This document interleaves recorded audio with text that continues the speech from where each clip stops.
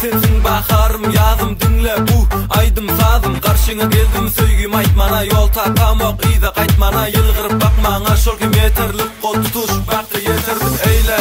neler naşık neçe aygı yaşım çıkma görüngde kaşın vahyi türtüm akıl kuşum kaldır elini yumup gözünü dinle sözümü unut özünü tutup elini alıp gitsem seni bu dünyada yok hiç sana deni toydun dostum aygı sana nedin bilin baktın bana toydun dostum aygı sana nedin bilin baktın bana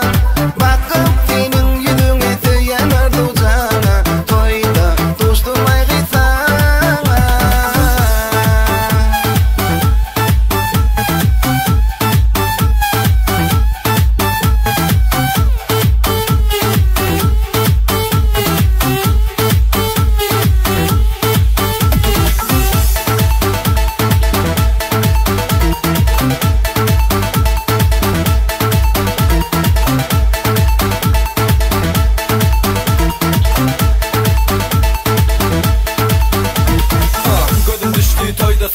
söygünü bersene soğugat bana fikirlerim bilen yetcan bana edizim açma menden ara istesen edeyin söygümü beyan ol gözürüngde söygümü duyan aklı zat ayan edizim sana ınımı öderim sal kalbına sen görünümde başta sen yerini tutup bilmez başka bolsa da yürekler öğren taşta inanma son gör yürek maçta arzularım hem arzucan diyar yürücüğüm hem ışığında koyar halımı